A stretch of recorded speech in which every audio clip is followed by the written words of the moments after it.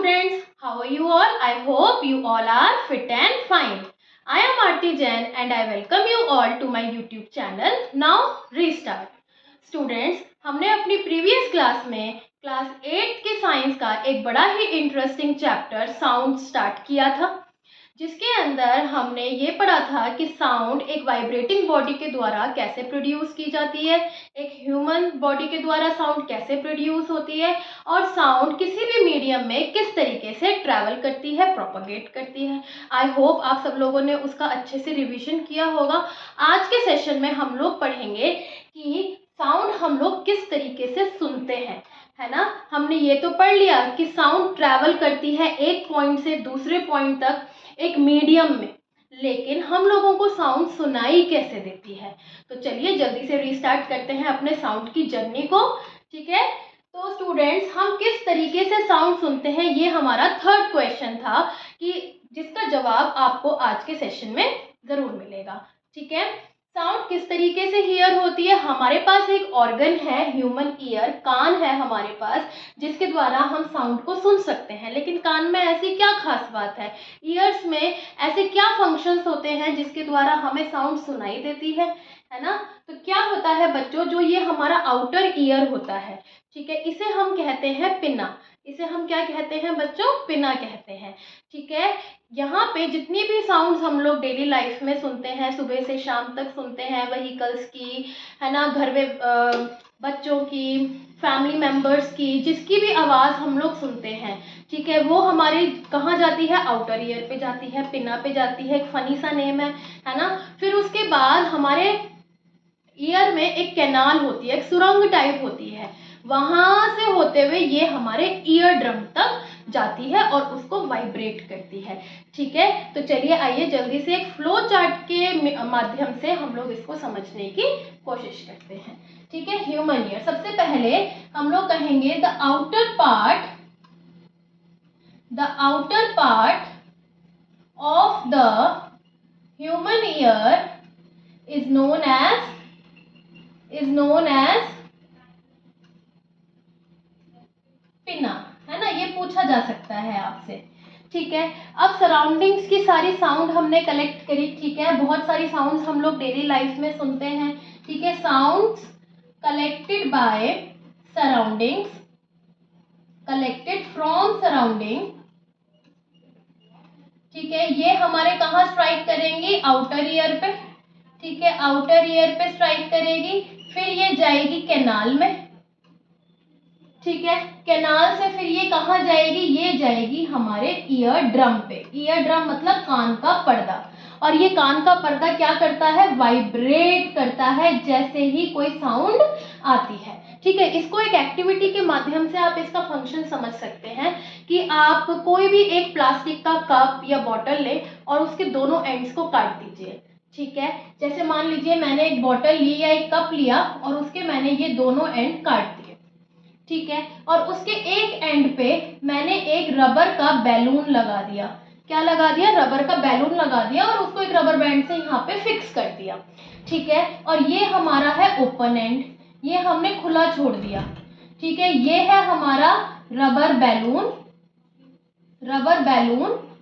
ठीक है। और ये हमारा ओपन एंड है। यहाँ पे मैंने कुछ ग्रेन्स डाल दिए, ठीक है, कुछ ग्रेन्स डाल दिए। अब अगर मैं यहाँ से कोई साउंड प्रोड्यूस करती हूँ या बोलती हूँ, मैं यहाँ से ओपन एंड से यहाँ से साउंड जा रही है इस कप के अंदर, तो ये ग्रेन्स क्या करेंगे, हॉप करेंगे, है ना। क्यों करेंगे, क्योंकि रबर बैलून क्या करेगा, वाइब्रेट करेगा, ठीक है। जो फंक्शन इस एक्टिविटी में रबर बैलून का है, वही फंक्शन ईयर ड्रम का हमारे कान में होता है, ठीक है। आई होप अब आपको समझ में आ गया होगा, ठीक है। जैसे ही साउंड हमारी ईयर ड्रम तक पहुंचती है, ईयर ड्रम क्या करने लग जाता है बच्चों, वाइब्रेट करने लग जाता है, टू एंड फ्रो मोशन दिखाने लगता है।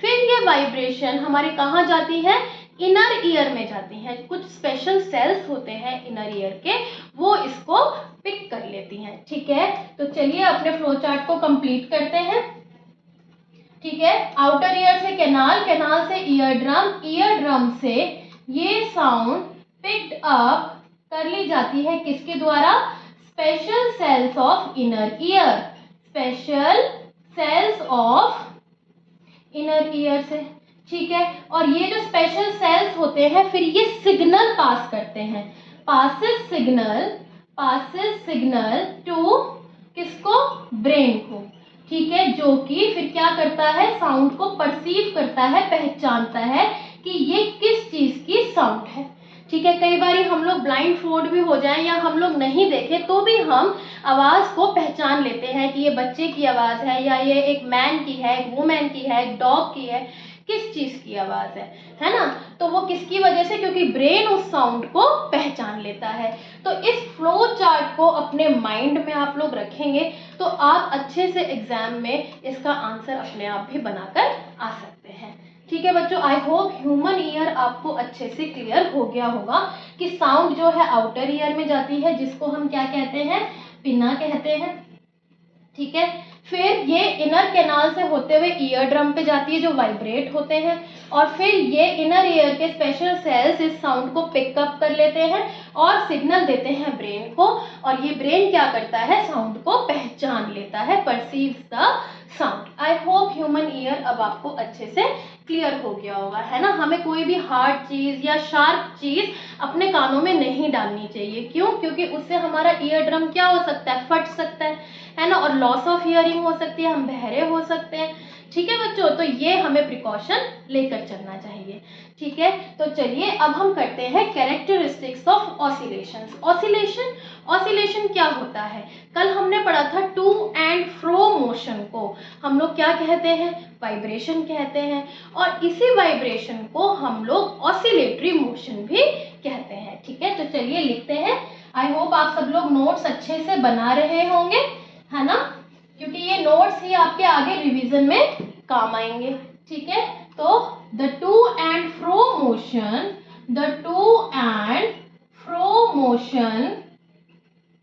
of a body called as vibration is also known as, उसको हम और क्या कहते हैं बच्चों, is also known as oscillation motion। उसे हम क्या कहते हैं, oscillation motion। अब इसी oscillation motion की कुछ कैरेक्टरिस्टिक्स हम लोग पढ़ेंगे। ये हमारी एक ऑसिलेशन मोशन होती है, या हम इसको एक ऑसिलेशन भी कह सकते हैं, ठीक है। तो चलिए अब फटाफट से हेडिंग डालिए, कैरेक्टरिस्टिक्स ऑफ ऑसिलेशन, ठीक है। इसकी कितनी कैरेक्टरिस्टिक्स हैं, 3 कैरेक्टरिस्टिक्स हैं। कौन कौन सी हैं, पहली कैरेक्टरिस्टिक है इसकी फ्रीक्वेंसी, सेकंड है इसकी एम्पलीट्यूड, और थर्ड है इसका टाइम पीरियड। क्या है बच्चों, टाइम पीरियड। अब ये सारे टर्म्स आपके लिए नए हैं, है ना, लेकिन अभी हम इनसे बहुत जल्दी फैमिलियर होने वाले हैं। फ्रीक्वेंसी क्या होती है, number of times a body oscillates in 1 second is called as frequency। मतलब एक वाइब्रेटिंग बॉडी है, ठीक है, वो कितनी ऑसिलेशंस करती है 1 सेकंड में, सिर्फ 1 सेकंड में, उसे हम कहते हैं फ्रीक्वेंसी ऑफ दैट बॉडी। अगर एक बॉडी फ्रीक्वेंसी दिखाती है या एक बॉडी ऑसिलेशन दिखाती है 1, एक बार ऑसिलेट करा उसने 1 सेकंड में, तो उसकी फ्रीक्वेंसी कितनी हुई बच्चों, 1 हर्ट्ज हुई। हर्ट्ज क्या है, वो फ्रीक्वेंसी की यूनिट है। जैसे हम लेंथ को मेजर करते हैं मीटर में, मास को करते हैं किलोग्राम और ग्राम में, उसी तरीके से हम लोग फ्रीक्वेंसी को मेजर करते हैं हर्ट्ज में, ठीक है बच्चों। तो number of oscillations by a vibrating body in 1 second is called as frequency, है ना। अगर एक बॉडी 100 ऑसिलेशंस दिखा रही है तो उसकी फ्रीक्वेंसी कितनी हुई, 100 हर्ट्ज हो गई। कितनी सिंपल सी बात है ना। तो चलिए फ्रीक्वेंसी लिखते हैं पहले, ठीक है। फ्रीक्वेंसी क्या होती है, number of oscillations of a vibrating body in 1 second is called frequency, is called frequency. ठीक है, और इसकी यूनिट क्या है? यूनिट क्या है बच्चों? इसकी हर्ट्ज, इसकी है हर्ट्ज, जिसको हम रिप्रेजेंट करते हैं कैपिटल एच और स्मॉल जेड से। ठीक है, चलिए ये हो गई फ्रीक्वेंसी की बात। ठीक है, अब हम सेकंड कैरेक्टरिस्टिक पे आते हैं, एम्पलीट्यूड। एम्पलीट्यूड क्या होता है? Amplitude is the maximum displacement, ठीक है, of the oscillation of a vibrating body is called as amplitude. यानी कि अगर हमारी एक बॉडी इस तरीके से ऑसिलेट कर रही है, ठीक है, अब ये इसकी मीन पोजीशन है। मीन का मतलब उसकी स्टार्टिंग पोजीशन है। यहाँ से यहाँ तक उसका कितनी डिस्प्लेसमेंट हुई है, कितनी डिस्प्लेसमेंट हुई है, उसे हम कहते हैं एम्पलीट्यूड। मान लीजिए ये यहाँ से यहाँ जा रही है, तो इसका एम्पलीट्यूड तब ये हो जाएगा, इसका एम्पलीट्यूड तब ये हो जाएगा। समझ में आ गई? एम्पलीट्यूड, एम्पलीट्यूड होता है कि एक ऑसिलेशन में वो कितना दूर तक जाता है। ठीक है, तो जो वो मैक्सिमम डिस्प्लेसमेंट है उसकी मीन पोजीशन से, उसे हम कहते हैं एम्पलीट्यूड। और एम्पलीट्यूड जो है वो मेजर है लाउडनेस का, मतलब जितनी बड़ी एम्पलीट्यूड उतना ही बड़ा आपकी लाउडनेस, आपकी जो नॉइस है, आपकी जो साउंड है वो क्या होगी, उतनी ही ज़्यादा लाउड होगी। ठीक है, लाउडनेस अभी हम आगे पढ़ेंगे डिटेल में। ठीक है, तो आई थिंक आपको एम्पलीट्यूड समझ में आ गया होगा। क्या लिखेंगे बच्चों हम एम्पलीट्यूड की definition? Maximum displacement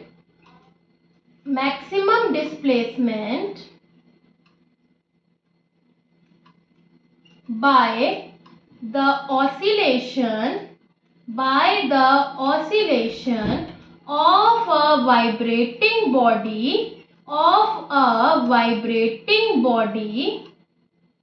from its mean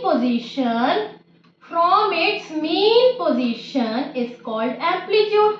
है ना? आई होप आपको एक एक वर्ड का मतलब समझ में आ गया होगा, और ये डेफिनेशन आपको लग रहा होगा कि हम वर्ड बाय वर्ड याद कर लेंगे आसानी से, है ना?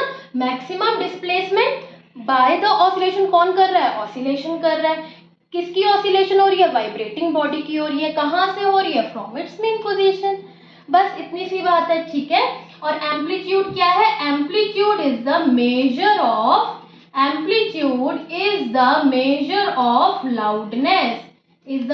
Of loudness.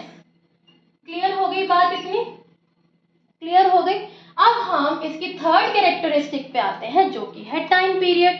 टाइम पीरियड क्या होता है? टाइम पीरियड आपका टाइम होता है, time taken by an oscillation, by a body to complete one oscillation। ठीक है, time taken by a vibrating body, एक बॉडी वाइब्रेट कर रही है, एक ऑसिलेशन को कंप्लीट करने के लिए वो कितना टाइम लगा रही है, वो उसका होता है टाइम पीरियड। ठीक है, तो ये तो सिंपल था। चलिए लिखते हैं, कौन ले रहा है टाइम? Vibrating body. ठीक है, by a vibrating body to complete कितने ऑसिलेशंस बच्चों? To complete one oscillation. एक ऑसिलेशन को कंप्लीट करने के लिए कितना टाइम लग रहा है, is called its time period. और इसको किससे डिनोट करते हैं हम लोग? कैपिटल टी से डिनोट करते हैं। ठीक है, I hope characteristics of oscillations आपको बहुत अच्छे से क्लियर हो गई होंगी, है ना? तो चलिए जल्दी से अब हम लोग आज का लास्ट टॉपिक स्टार्ट करते हैं, जो कि है कैरेक्टरिस्टिक्स ऑफ साउंड। जो कि क्या है? Characteristics of sound. ठीक है, तो चलिए हेडिंग डालिए, कैरेक्टरिस्टिक्स ऑफ साउंड। ठीक है, साउंड की कितनी कैरेक्टरिस्टिक्स हैं? साउंड की 2 कैरेक्टरिस्टिक्स हैं। ठीक है, बहुत ही सिंपल, बहुत ही आसान। अगर आपको पिछले वाली कैरेक्टरिस्टिक समझ में आ गई है तो इसमें कुछ भी नहीं है। ठीक है, इसकी सिर्फ 2 कैरेक्टरिस्टिक है। सबसे पहली है इसमें लाउडनेस, मैंने आपको बोला था कि अभी हम लोग उसको डिटेल में पढ़ेंगे। और एक है पिच, और एक है बच्चों पिच। ठीक है, ध्यान से समझना इसको। लाउडनेस क्या होता है? लाउडनेस डिटरमिन्स डिटरमिन्स, या फिर हम ये कह सकते हैं लाउडनेस डिस्टिंग्विशेस, यानी कि ये डिस्टिंग्विश करता है, किसको डिस्टिंग्विश करता है, डिस्टिंग्विशेस अ फीबल साउंड, फीबल मतलब बहुत हल्की सी, पतली सी, है ना, स्वीट सी साउंड, है ना, distinguishes a feeble sound from a loud one, from a loud one, यानी कि एक तेज आवाज और एक धीरे आवाज के बीच में जो डिफरेंस है वो कौन बताता है, लाउडनेस बताता है। ठीक है, amplitude is the measure of loudness, amplitude is the measure of loudness. कैसे, कैसे एम्पलीट्यूड पे लाउडनेस डिपेंड करती है, कैसे डिपेंड करती है, बिकॉज कि loudness is proportional to the square of the amplitude, loudness is proportional to the square of the amplitude, यानी अगर हमारा एम्पलीट्यूड 2 टाइम्स होता है तो लाउडनेस 4 टाइम्स हो जाती है।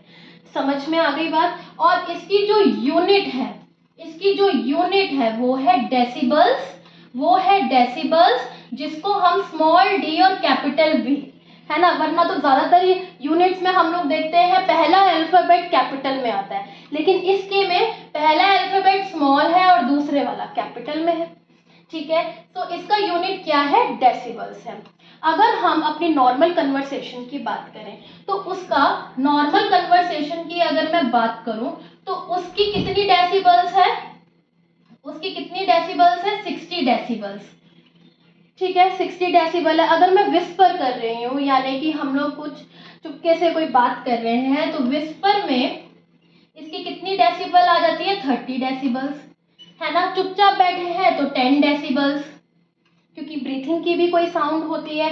ठीक है, अगर हम कहें कि vehicles, busy traffic, busy traffic की, बिजी ट्रैफिक की अगर हम बात करें, बिजी ट्रैफिक की अगर हम बात करें तो 70 डेसिबल्स, और अगर मैं फैक्ट्रीज में से जो आवाज आ रही होती है तो उसकी होती है 80 डेसिबल्स, और ओवर 80 डेसिबल्स पे हमारी जो साउंड होती है वो क्या हो जाती है, पेनफुल हो जाती है।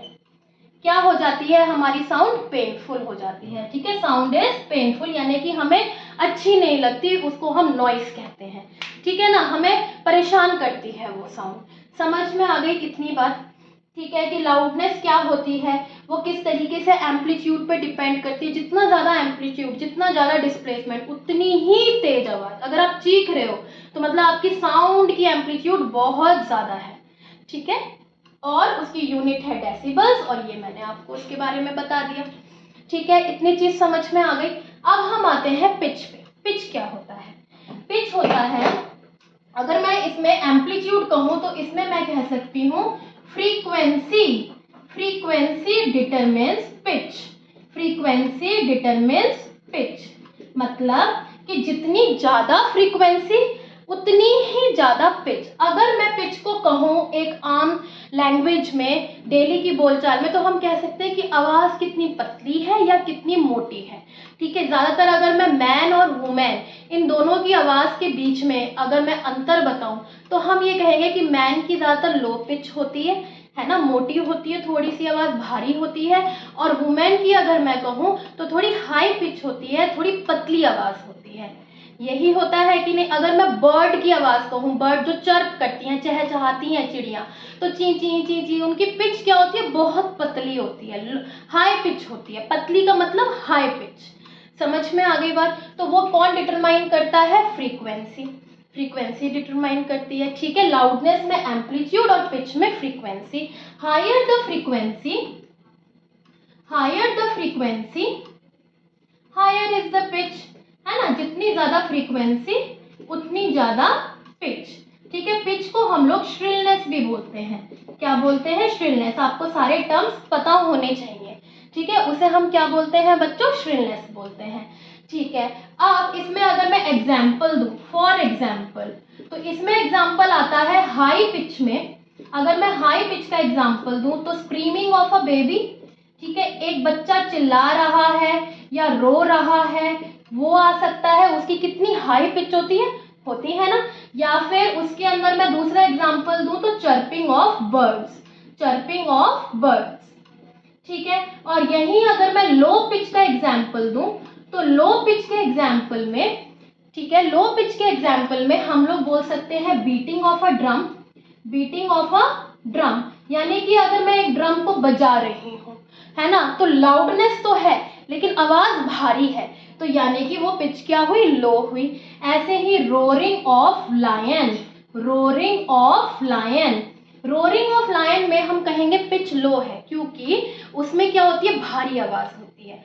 ठीक है। अगर अभी भी इसमें कंफ्यूजन हो रही है कि मैम लाउडनेस और पिच में, तो देखिए रोरिंग ऑफ लायन में अगर मैं कहूँ रोरिंग ऑफ लायन, ठीक है, इसके अंदर क्या है, इसकी लाउड है।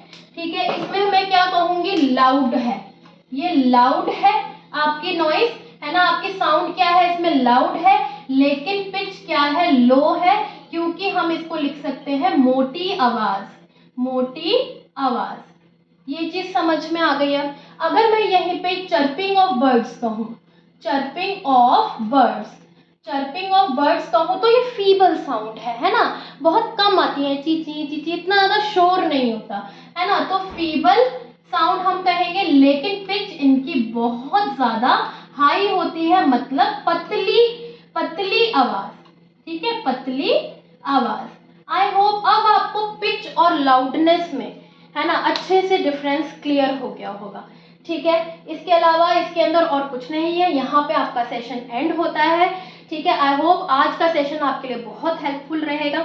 ठीक है, हमारा human ear, characteristics of oscillation, frequency, amplitude, time period, और फिर कैरेक्टरिस्टिक्स ऑफ साउंड, जिसमें कि हमने लाउडनेस और पिच पढ़ा, ये आपको सारे टर्म्स अच्छे से क्रिस्टल क्लियर हो गए होंगे। फिर भी अगर कोई डाउट है please do let me know in my comment section. ठीक है, तो चलिए मिलते हैं आपसे अगली क्लास में, जिसके अंदर हम लोग पढ़ेंगे साउंड के ऑडिबल साउंड्स, इनऑडिबल साउंड्स और नॉइस पोल्यूशन के बारे में। और इस चैप्टर की आप जितना भी अभी तक कवर करवाया अच्छे से रिवीजन करके आइएगा। ठीक है बच्चों, तो तब तक के लिए खुश रहिए, स्वस्थ रहिए, मस्त रहिए और पढ़ते रहिए। Bye bye students.